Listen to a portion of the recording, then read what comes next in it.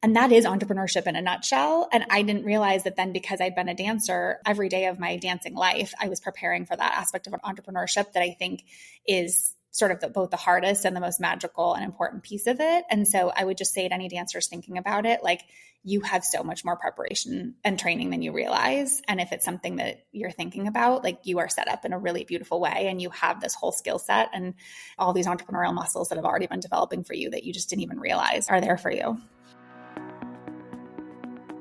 I'm Caitlin, a former professional ballerina turned dance educator and career mentor, and this is the Brainy Ballerina podcast.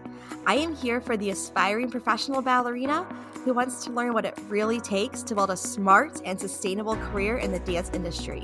I'm peeling back the curtain of the professional dance world with open and honest conversations about the realities of becoming a professional dancer. Come along to gain the knowledge and inspiration you need to succeed in a dance career on your terms. Hello and welcome to the Brainy Ballerina podcast. I'm your host, Caitlin Sloan, and I am joined today by Genevieve Custer Weeks. Genevieve is a former professional ballerina and the founder of Tutu School, a boutique ballet school for young children with more than 110 studios across the US, Canada, and the UK. We're going to hear all about Genevieve's business journey and all of that today. But before we get into it, I would love to hear, why did you take your very first dance class? It's such a good question. I've been thinking a lot about this lately. I mean, I feel like it's so at the heart of Tutu School's existence, but I gave a speech this fall at the University of Nebraska where I was talking about how important it is to be rooted in your why. And I said that for me, it really started in my parents' living room, that like my dad was always playing music, like blasting music. And it was a really wide variety of music. It would be like the Beatles or Bob Dylan some weekends, and then classical music another weekend, and then Broadway musicals another weekend. And I was just a kid who was like always moving, always dancing.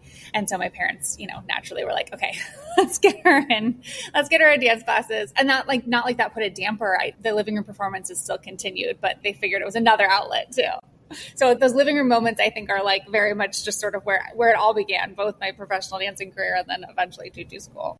What was your training like growing up? I'm from Madison, Wisconsin. And so initially I was really lucky to have great teachers and wonderful experiences there. Got to, perform in the Nutcracker every year, and it's grown a lot. And now there's a professional ballet company there that I actually did end up doing some dancing with later in my career. But when I was growing up, it didn't exist yet. And so if you wanted to study seriously, you kind of had to like cobble together enough lessons from like various studios, right, to get like enough training.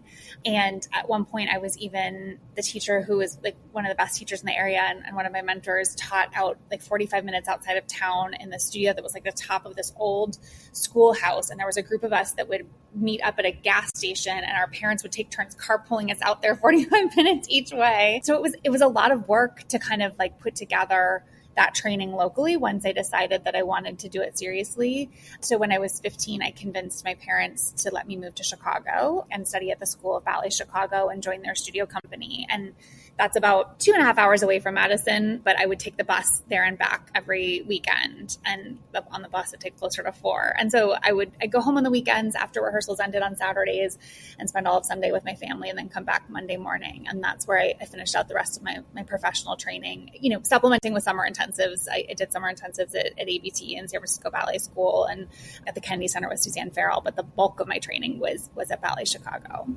How was that for you, moving away from home at such a young age?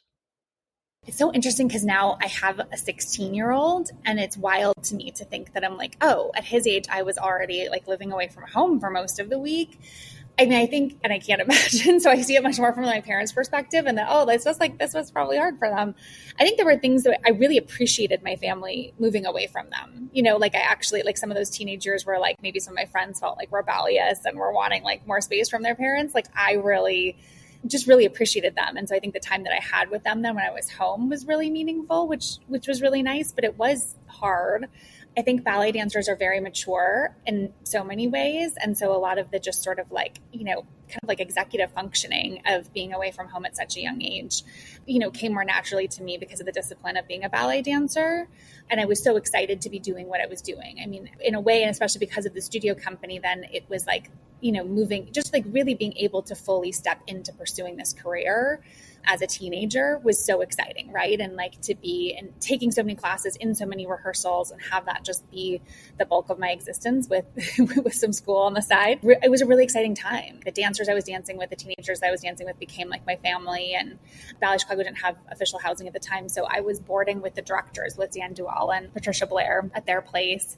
And so I also then just by nature of that, like kind of got like a front row seat to some of the like production and administrative side of running a large ballet organization. And so that was very cool too. So it was a really exciting time. I mean, I think being an adolescent anyway is a roller coaster, and then being an adolescent dancer is even more of a roller coaster.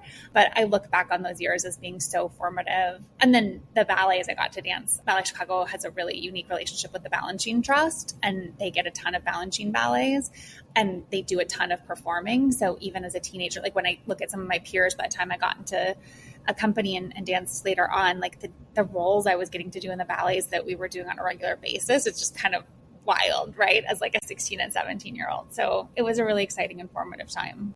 What was your transition like from the student to professional?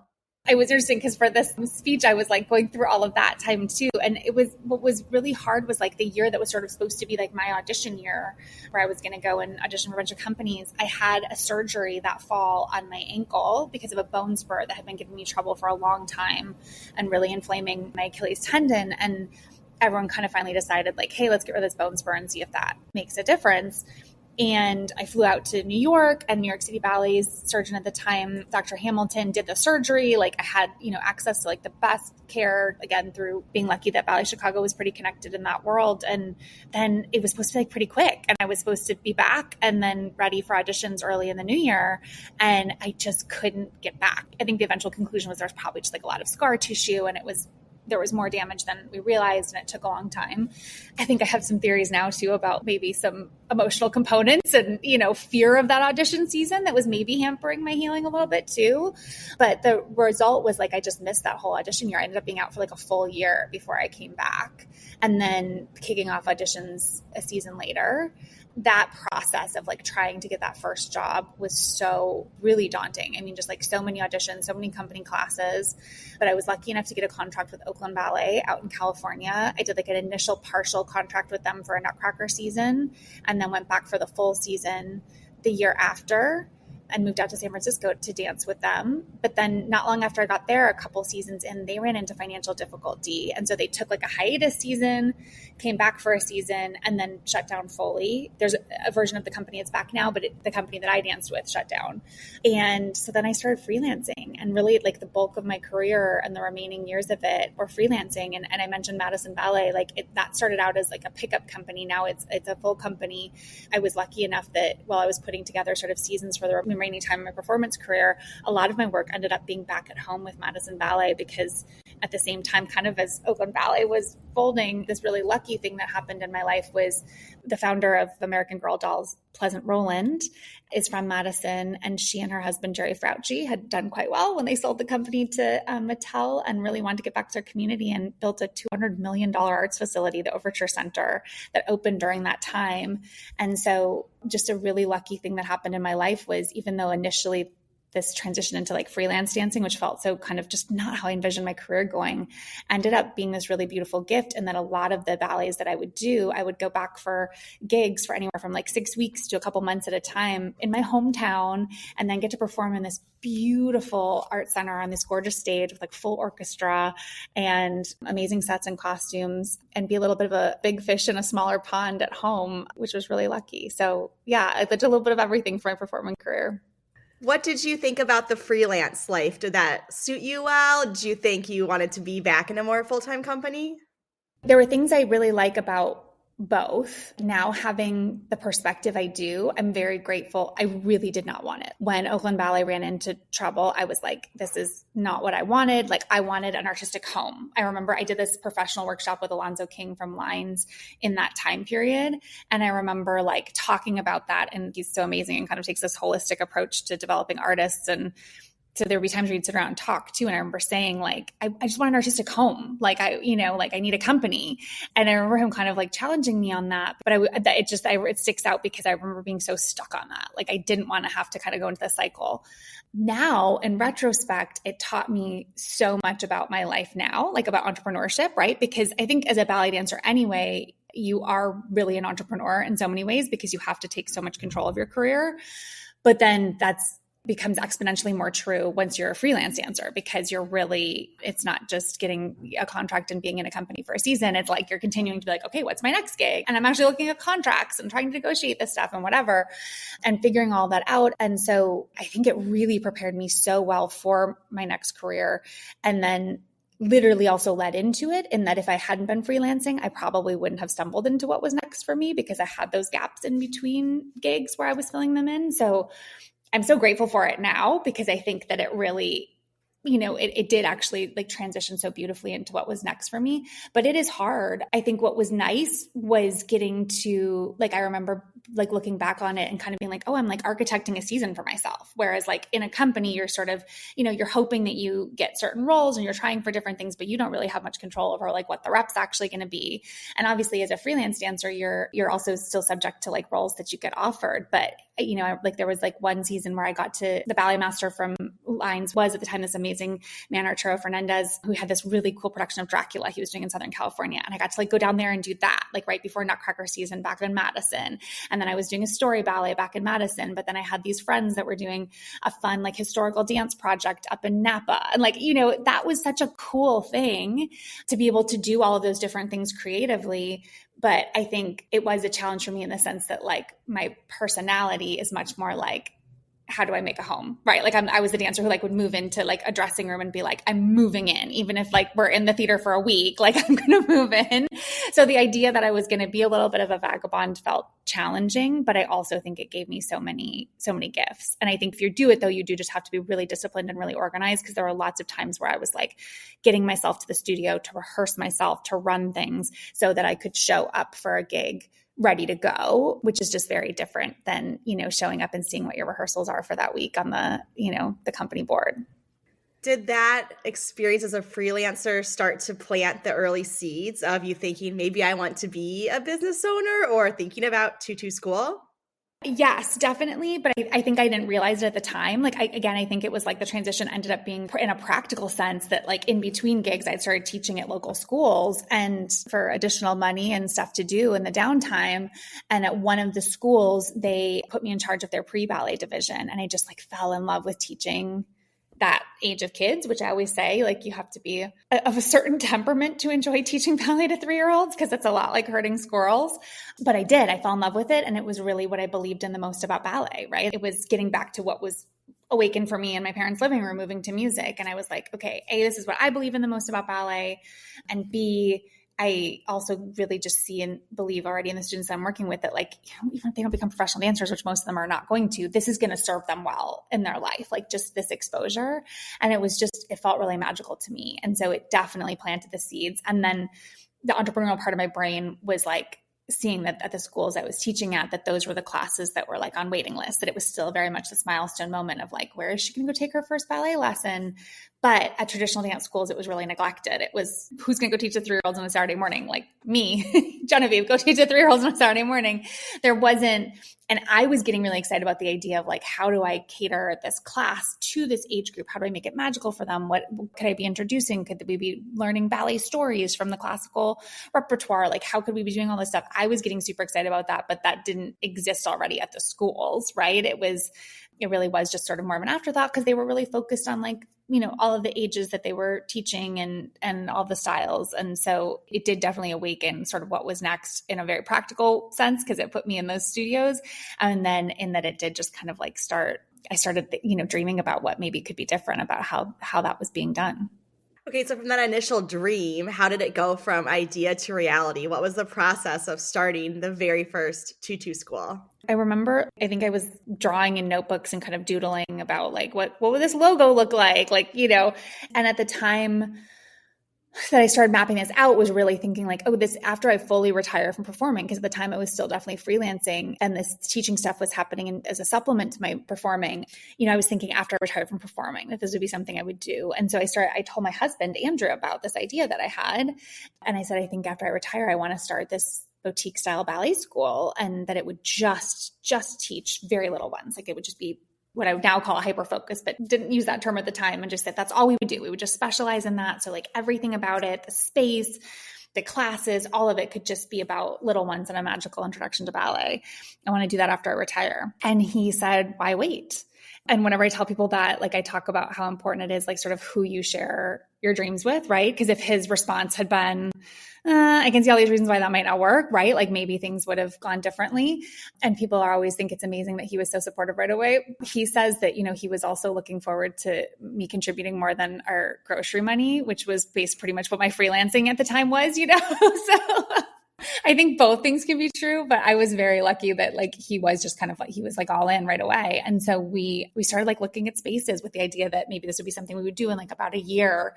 And as I now see when I help other people open up their Tutu schools, it's like once that ball starts rolling, once you're kind of like, oh, I think this is like a thing I might do in the future, the momentum just picks up. And like before you know it, I think we started seriously having the conversations in the summer, fall of 2007. And then the first Tutu school opened in February of 2008. So it was pretty fast once we really got down to it. Dance competition season is upon us. And if you're looking for a competition that's about artistry, performance, and growth, not just the trophy, then you need to check out Étoile Dance Competition. Étoile is a concert dance competition open to everyone, including beginners, pre-professionals, and adults, with inclusive leveling that makes it possible for anyone to score in the top overalls. And every dancer gets more than just a score. Étoile provides audio and video critiques in performance, technique, choreography, and overall impression so you can truly grow from your experience. Something unique to Étoile that I love is the opportunity for dancers to start the day off right with master classes taught by Étoile's esteemed panel of judges, all with professional dance backgrounds and teaching experience. Plus, every event includes a group contemporary performance with a chance to hone audition skills and build community with other dancers. This competition is truly something special. And right now, podcast listeners can get 10% off their registration with code BRAINY10. If you want a competition that emphasizes artistry, provides real actionable feedback, and celebrates dancers of all levels, head to étoilecomp.com or find the link in the show notes to register today. And did you always see it scaling to the level that it is now with the franchise, or did you just think you'd have one Tutu school that you ran? I didn't. I mean, I think it's interesting, like when I look back, I can remember so clearly, like when we were getting ready to open Tutu School, and I did have this sense that like, oh, I think this could be something big. I don't think I had any idea of what that would be or what that even meant. Like if you tried to ask me to tell you what I meant by that, I wouldn't have been able to at all. I certainly would have said like, oh yeah, it's going to be a franchise organization and, and we'll have this collection that across 3 countries. Like, no, but I did I don't know. I think sometimes, when you're onto something and you can just sort of feel, it's like, I mean, for dancers, I think it's like when you're a part of a production that's like just magic, right? And you're like, oh, this group of dancers, or like, I can just tell, like, even though you're not sitting in the audience, you're like, I can tell what we're making up here on stage is like something special. I had that feeling about Tutu School that I was like, I think this could be something big. But no, I didn't envision its current incarnation at all. And I very quickly, like within 18 months, we're like, let's open up our second. And so we opened the second one across the Golden Gate Bridge in Marin County. And because the first one had done so well in San Francisco, where we opened the first one, and that one also did quite well. And so that's when we sort of were like, oh, these could be so many places. At that time, we were just thinking sort of in the Bay Area, but also the reality of operating multiple locations really set in. And it's a lot of work. You need to have a lot of capital. We didn't have any outside investors. It was just my husband and I. And so it was both things. Like, wow, we could see these doing so well everywhere. I mean, for anyone who remembers what was going on at that time, we were in the middle of a recession, and yet these schools were doing really well. So I was like, these could do really well anywhere. And I could never open all of the Tutu schools there could be myself, right? Like that just wouldn't be possible. And I was really lucky that one of my best friends had franchised during that time her business, which was a boutique bridesmaids business. She'd franchised that very successfully. And I didn't even know what I knew what franchising was, but I would have said like, oh, it's McDonald's, it's fitness, it's French fries. And to see her take a concept like that and franchise it so successfully, I was like, oh, this is a really interesting way to scale. That's sort of how we got from the initial Tutu School to where we are now, not because I had architected it in my mind or gone in with my original business plan. I still have it somewhere, and it's like a Word document where I used purple and pink font for the bank and like star bullet points throughout and some clip art of a tutu. So it definitely didn't share any grand plans of like a franchising strategy in there. What were some of the early challenges you faced when you were starting out in the business and then starting to really scale? In those early years, a lot in that I was still doing everything. Like I was still dancing and so still freelancing. I started over the years, the first years of Tutu School, kind of starting to taper down, but I was still performing. And so that was a challenge. We also decided to start a family 6 months after we opened the first Tutu School. So I got pregnant with my oldest, that 16-year-old I mentioned, 6 months in, which is just like very typical Genevieve, that I was like, okay, I'm just going to do all of the things. Like I just started a business. Now I'd like to be a mom. I haven't given up performing yet. And in retrospect, that was all wild. That was definitely a challenge, was just sort of like, how do you manage all of those things? How do you balance all of those things? And then I think because we did grow quickly, like very quickly, and initially when I started, it was me in a room. And then very quickly we had to add staff. And especially once we opened the second location in Marin and had both the San Francisco studio and the Marin studio. And I really wasn't prepared, and nothing had really prepared me to be like a boss to people. Like that was just it wasn't anything I'd aspired to be. And it wasn't anything I was prepared for or had any training. And so I think the learning curve felt so steep when I look back in those early years. And I'm still connected to so many of those first teachers and feel so much gratitude to them.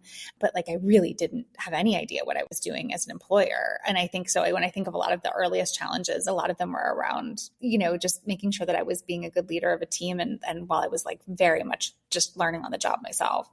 When it came to developing those leadership skills, like you said, was it all on the job learning and just figuring it out as you went along? Did you enroll in any education? Like, how did you do that?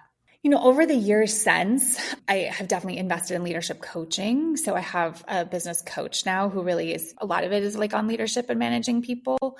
That's been so helpful for me. And then, I like soak up and started during that time, just sort of like trying to absorb like a sponge, like every podcast I could, every book that I could read, any in-person opportunities to sort of be around other, especially female entrepreneurs, and try and just sort of absorb what kind of a leader I wanted to be and how I could manage people in a way that felt like it was in alignment with my values and build the kind of team and culture that I wanted to have. I'm also really lucky in that both my parents and Andrew's parents are entrepreneurs. And my mom she just retired in the last year or so, but like her own company. So I got to watch her be an employer and a founder growing up. And I think a lot of what I learned from her was really more through osmosis. And so it wasn't that I necessarily ever was like, oh, right, I saw mom do this, so like, I'm going to, I'm going to do that. But I do think that, that was obviously such a huge part of sort of just like leadership coaching all along as I was growing up and at the kitchen table. I think it's a combination of all of those things. And it's something that's still very, very much ongoing. Like I still have that business coach and we still focus a lot on like interpersonal relationships and the team and how to take care of them. And there's still so much that I'm learning and so many things that I could be doing better, because again, it wasn't like I set out, to be an employer. It's something that I still feel like I'm really learning on the job. As a mom now, do you try to involve your kids or just show them what it's like to be an entrepreneur? I'm always curious about that as a mom and as an entrepreneur, because I have that guilt of trying to do work while my kids are there. I'm always trying to like figure out that balance. And so I'm curious how you make that work.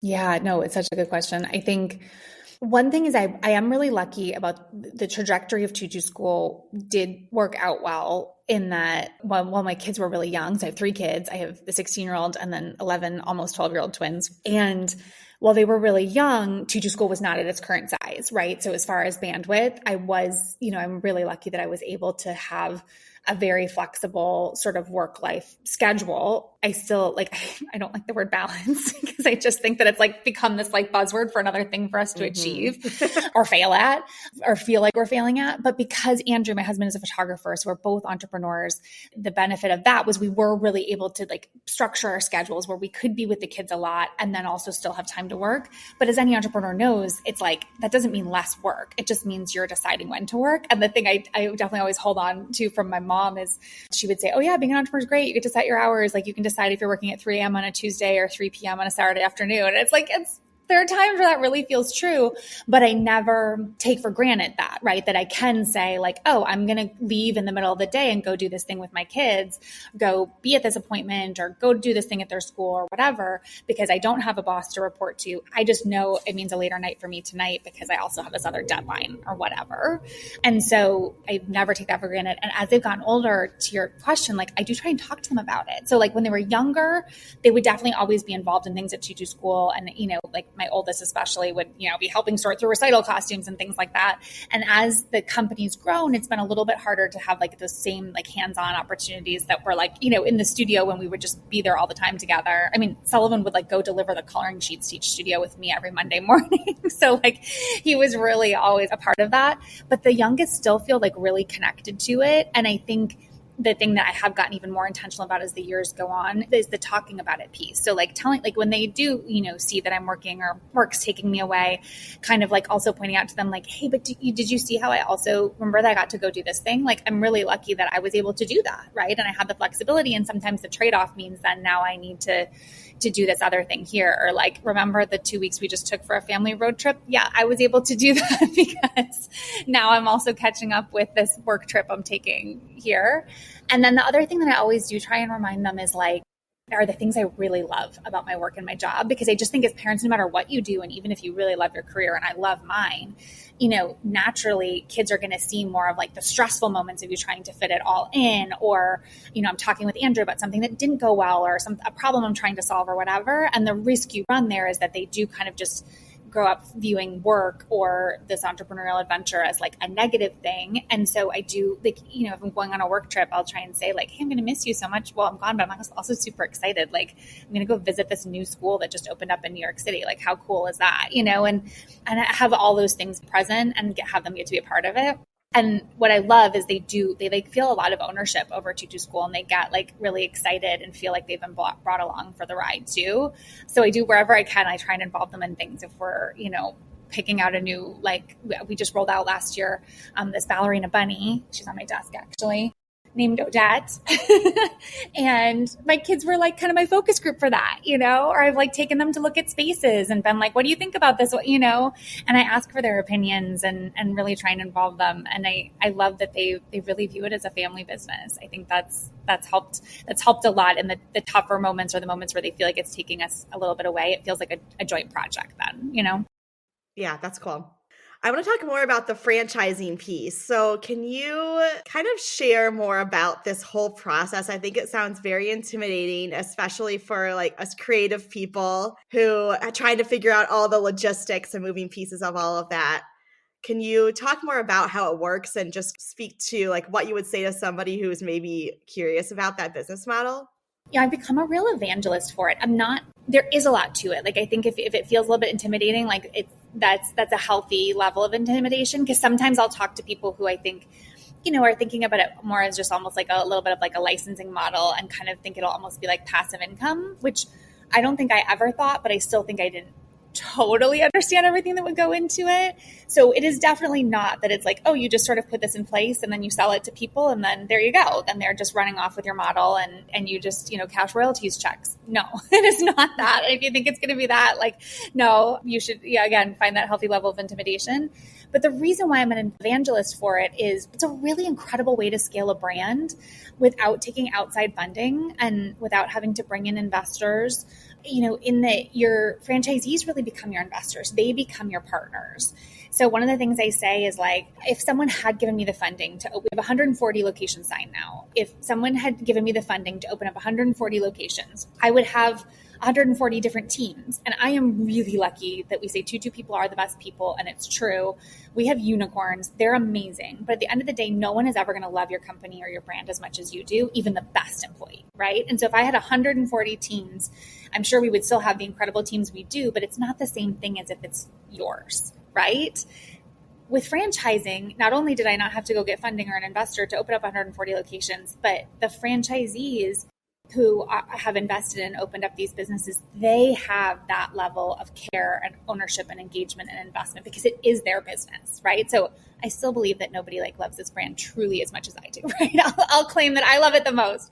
But these franchisees, our Tutu School owners, come really close because it is their business. And some of our first 4 franchisees have between 6 and 13 locations each. They've built their own Tutu School communities, right? So they really love and believe in this brand a lot. And so I think what's interesting is I think people are daunted probably, like you mentioned, when they look at there's legal stuff to go through. You have to find a good lawyer. You need to get set up with a really good franchise disclosure document and make sure you understand all of the actual logistical components of franchising and sharing your brand with somebody else. But there's an emotional component. And I think the thing that I usually have when founders ask me about franchising that comes up most is how do you trust your brand to other people? And how do you make sure that they execute on it and that it's, the quality is there? And I'm not saying those aren't real concerns. And I certainly have them. But I think the thing that people miss is if you're growing and expanding and scaling, that's always what's happening. You're always having to trust people with executing on your brand and your mission and quality control. And with franchising, you're just entrusting it to people who also have ownership, right? And who actually have literally invested their money, but also their blood, sweat, and tears, and hopefully passion and a shared why with you. And I think that's why it actually feels like a safer bet to me than trying to continue to do it on your own, because you're always going to dilute to some degree, right, your own connection to the way you're executing on your brand, because you just can't be in a million places at once. But with franchising, you're putting other people who actually are owning it with you in those seats to really be able to make sure that they're doing it incredibly well. Does the mere thought of audition season make your palms start to sweat? Do you feel completely overwhelmed with getting everything together on top of your regular dancing schedule? I've been there, and I totally get it. As dancers, we spend hundreds of hours honing our technique and artistry. But when it comes to figuring out how to put together a resume or what to expect in a professional audition, we're often left to figure it out ourselves. That's why I put together the Ultimate Audition Guide. This is your one-stop shop for everything you need to tackle professional company auditions with ease. No more spending hours Googling and trying to piece together a somewhat coherent audition package. With this guide, you'll be ready to conquer audition season like a true professional. We're talking resumes, headshots, dance photos, dance reels, plus info on how to find auditions, what to wear, what to expect, how to budget, mindset tips, you name it, it is in this guide. You are ready for this moment. Head to the show notes, grab your copy of the Ultimate Audition Guide, and empower yourself with the knowledge to approach audition season like a true professional. You kind of touched on this when we spoke about being a mom and being a business owner and all of this, but can you talk us through what a day in your life as the CEO of this franchise looks like? Sure. Okay. Well, so looking at today, my husband is out of town. I say he's a photographer. He's on a shoot in Brazil right now. So I'm solo parenting. So I woke up and tried for a while to get my kids all out of bed, which was a challenge. Got everybody off to school, and then got here to Tutu HQ. We're based in Chicago now. So we started in San Francisco, but I moved back to the Midwest to be back closer to family. My husband's family's here too. So we still have team members on the West Coast and lots of Tutu schools there, but our HQ's in Chicago now. Got here right away for a meeting with the team on a new software platform that we're rolling out. So right away at 9:00, had a deep dive on that. A little bit later after this, I'll be touching base with a couple of other team members on some new initiatives that we're rolling out. And then I go right from that into one of the quarterly meetings with our FAC, which is our Franchise Advisory Council. So it's a group of franchisees or Tutu School owners that are selected to represent the broader system. And we'll be meeting with them and getting their feedback on some things and sharing some initiatives with them, and kind of mapping out here for the end of the year, how we're going to go into 2026. And in between those things, I'll be doing some inbox management and trying to push out a couple of projects that I've saved here for the end of the year. A couple of things that I'm really excited excited about. And then at some point when my kids get out of school, I'll transition to working at home so that I can be there as they're getting back and having a guitar lesson at home and getting somebody else off to dance and then waiting for another one to come home from a rehearsal before I kick off the whole dinner and bedtime routine, hopefully bedtime routine, so that maybe people are a little bit less tired tomorrow morning. That sounds a lot like my morning too. So my husband's in Kansas, not Brazil. So nothing as cool as that, but you're doing the solo parenting route too. Yep. Yeah. Yep. Oh, yeah. It's hard. It's hard. I so much respect to people who do this on a regular basis because we both travel for work a fair amount. And so like we'll do it in little increments, but I'm in like a long stretch right now. And oh my goodness, it's something else. Yeah. It's a lot. I think a lot of it is like the logistics for sure, but also the emotional management because you're the only one who's managing everyone's feelings and everything they're going through and just like, and then your own stuff too. So it's a lot. I will say in terms of like practical support on that, when I know that I'm going to be solo parenting, if I can go through intentionally and like try and remove more from what I have on my work plate that week and just try and have it be like, okay, I'm going to do that inbox management. I'm going to get to the meetings, but I'm not putting a bunch of extra stuff on my plate and like just set out with more reasonable expectations for myself. Because what I learned the hard way is that when I was expecting that I was going to have the same work output at the same time that I was also being the sole parent at home, like I was just setting all of us up for failure and lots of meltdowns, including mine, because I would be trying to like get stuff out at the same time that the kids needed something. And, then we'd all be, as my 11-year-old say, crashing out. So like when I do have some more success with it, I think it is when I've managed to sort of like right size my work schedule for those weeks and like have some more human expectations of myself. Can you share some of the big lessons you've learned about leadership or entrepreneurship as your company has grown? I know you've mentioned quite a few different things, but is there anything that comes to mind that would be like really important that you would tell somebody who's maybe growing a business? Just yesterday, somebody said something that I was like, I'm going to go out right now and get this tattooed on my body. And he said in a meeting, he said, we can do anything. We can't do everything.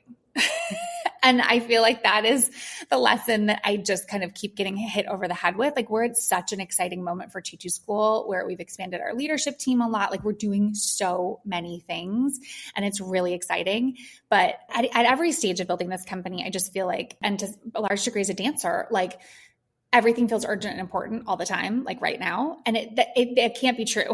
There has to be tiers of prioritization. And if everything's important, nothing is. And so I just think that like, I keep coming back to that because it's like a lesson I just have to learn over and over again is that yes, you can do anything. You can't do everything. One of our Tutu principles is next right thing. And I think that when I remember that one, things are also usually working in a more smooth way. And I'm able to stay like more grounded in my why and not feel so frazzled because you're just like picking one thing and saying, yep, this is the next right thing, as opposed to running in 100 different directions, a few millimeters at a time. So, and then I guess the other side of that we're working on at Tutu School and for anybody who's like building a broader team, but I think this is even true just in like your personal life is when you do have to look at prioritization like that, then giving other people visibility into it, right? So like it relieves your anxiety about like, oh, I needed to do all these things because I needed to deliver all of these things, whether that's at home, whether that's, again, with a smaller team or a few people or some clients, or whether it's now with this big team. And for us, all of these owners of Tutu Schools, if we're giving them visibility into like, hey, we're working on all of these things, but because we can't do everything at once, here's what we're doing right now. Here's what's on the roadmap for later on. And, an approximate timeline of those things, that's going to like settle their anxiety down about things that they're looking for from us because they can see it's coming, but they can see we're being thoughtful about how we're staggering it. And then for me, it really calms me down and allows me to focus and not do that like running in a million directions, but next right thing it instead, because I know I've communicated to people this is coming. And so I'm trying to look for ways in like my personal life even to do that, where if I'm feeling like, oh shoot, I didn't do this and I said I was going to do that and whatever, and I can't do it all at once, or I'm finding ways just to like give people more visibility into like, it's not like this isn't important to me. It is. Here's what I'm doing right now. And like, I want you to know that I haven't forgotten about that. And then I find that most of the time also people weren't like, I think we can sometimes feel like, oh, everybody's expecting this of us. And they're like, okay, yeah, no, it's good. Like, but if they were, then now you've communicated it with them. But chances are they're not putting the same level of pressure on you that you are on yourself. So giving yourself permission to like really aggressively prioritize. And then I think as a layer, if that's something that's helpful, to communicate what those tiers of prioritization are and the thought that went into it in whatever way makes sense in whatever area of your life you're doing this, because I just think that helps people next right thing it and not get so frazzled. I really like that. Okay. When you, just thinking more about big picture, but when you visited Tutu School studio today, what makes you proudest about the brand that you've built? It's so like, it's one of my favorite things. I have not been able to, I don't want to ever like give up site visits. Like we have a team now that does the site visits and I'm like, I still hold on to some every year. We're about to map them out for 2026. And I'm like, okay, I still need to figure out which ones I'm holding because I love it. And it's like, it is really a part of how I stay connected to my why, which is that little girl dancing in the living room to music. Right. And so that's what will happen is I'll be in there and I'll be kind of like, I'll have my laptop out taking notes and, focus on like, oh, we should give them this note about the studio and like, oh, this teacher's doing a great job, but I think she could just tweak this part, and I'm kind of like focused on that.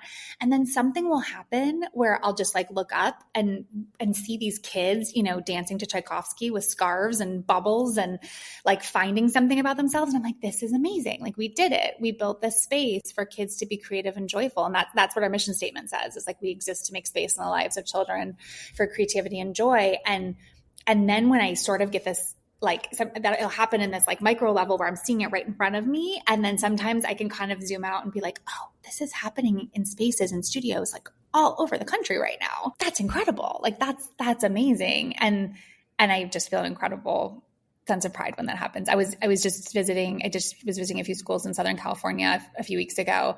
And there was a little girl who came into class and she was running late. And so class had already started. And her mom was like trying frantically to get her ballet slippers on. And she was like sitting in the chair and her mom was getting her ballet slippers on. And she was just like looking around her mom's head, like seeing the kids in there. And she just like let out this little giggle because she was so excited. And she goes, I can't wait.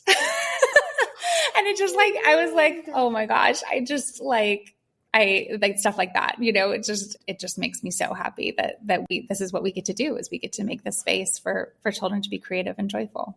Do you have any big upcoming plans or visions for Tutu School that you can share? We are so excited. I mean, so many things. There's a lot of it sort of internal stuff that's helping us just run our businesses in a better way so that we can make sure we're taking the best possible care of Tutu families and taking really good care of our Tutu School owners as entrepreneurs. But one of the things that we're super excited that we're rolling out that we just announced at our summit that we had in Arizona is sensory supportive classes that will be available at a number of our Tutu schools. And a value of Tutu schools has always been inclusivity. And so we've always had students, neurodivergent students with disabilities. We love that we've always had those students in our classes, and we've all worked, our director of curriculum and support has worked for a long time alongside our teachers to make sure that we're, providing the best support for both our teachers and our students. But we're really excited to roll out these classes too, where they're not just for students who might have specific needs around sensory support. They're for anyone can enroll in them, but they just are going to have that designation so that families who do think their students would benefit from that know that that's a class where that's going to be a focus, where there are going to be some things that are really tailored to those students. Like the volume of the music will be a little bit lower. The lights might be a little bit dimmer. Some of the louder activities that we do, aren't present in those classes. There's more organization presented visually to students of like what's coming next. All of these things that are just like, helpful little tweaks, but that make a difference for all kids, but especially can be for families that feel like that would really serve their student.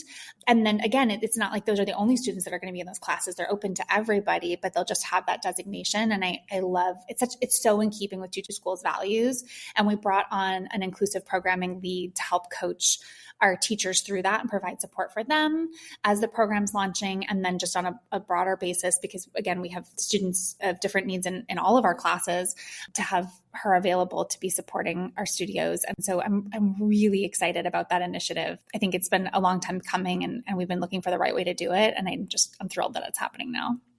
Okay, last question I have for you. Okay. What advice would you give to other dancers who are also considering building something new beyond the stage? Again, kind of like going back to the speech that I was giving, what was wild to me was just when I looked back at like how entrepreneurial dancing actually is. Like my career in ballet had so many of all of the ingredients that I think that you need to be an entrepreneur. So I think the first thing is to really realize how much your career and training has set you up for an entrepreneurial path if that's something you decide you'd like to do. I think that's really the main thing. And, just like a few of those things, obviously, first of all, I think entrepreneurs usually need to be rooted in a deep sense of why, right? And I think ballet dancers, like we wouldn't do it. It is way too hard of a career if you didn't have a deep sense of why. So like that's something we can obviously really relate to and have had practice in. I think the discipline, there's so much hard work that goes into being an entrepreneur, but dancers have so much discipline and are such hard workers that I think for anyone who's just sort of feeling fearful of a path in entrepreneurship, to know that it's like, you've gotten up and gone to the bar every day. You're not, for anyone who's not a dancer, I mean the ballet bar, had to clarify there.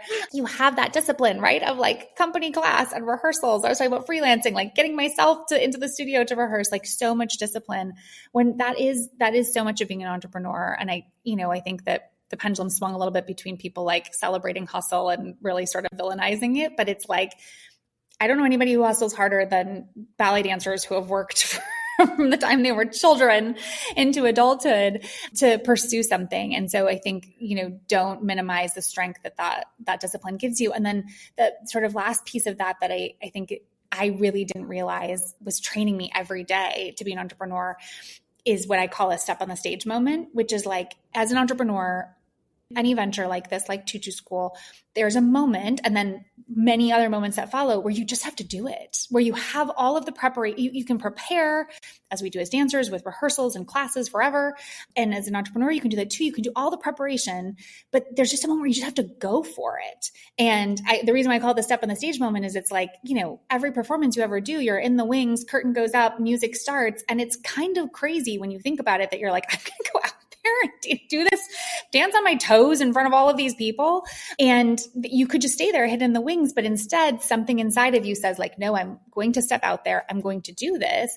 And that practice, and it happens in many smaller ways as a dancer, every time you're going across the floor or doing an adagio in your class each day, stepping out to do a run of a variation or, a ballet and rehearsal, like there are all of these moments where you just have to do it, right? There's no hiding. You just have to go for it. And kind of at a certain moment, all the preparation and the rehearsals, they're there, the layers there, but the actual going for it is the thing that propels you and makes it really happen. And that is entrepreneurship in a nutshell. And I didn't realize that then, because I'd been a dancer, I was every day of my dancing life, I was preparing for that aspect of entrepreneurship that I think is sort of both the hardest and the most magical and important piece of it. And so I would just say to any dancers thinking about it, like, you have so much more preparation and training than you realize. And if it's something that you're thinking about, like, you are set up in a really beautiful way, and you have this whole skill set and all these entrepreneurial muscles that have already been developing for you that you just didn't even realize are there for you. Okay. If anyone listening wants to learn more about you or about Tutu School, where can we find you? I am on Instagram at Tutu Genevieve, and Tutu School is online at tutuschool.com and at Tutu School on social media platforms. So yeah, come check us out. We would love that. Amazing. Well, thank you so much for all of this. This was a wonderful conversation. I have a lot of takeaways I'm going to be mulling over today. So thank you for all of this. I really appreciate your time. Well, thank you so much for having me. Thank you for tuning in to the Brainy Ballerina podcast. If you found this episode insightful, entertaining, or maybe a bit of both, I would so appreciate you taking a moment to leave a rating and hit subscribe. By subscribing, you'll never miss an episode, and you'll join our community of dancers passionate about building a smart and sustainable career in the dance industry. Plus, your ratings help others discover the show too. I'll be back with a new episode next week. In the meantime, be sure to follow along on Instagram at The Brainy Ballerina for your daily dose of dance career guidance.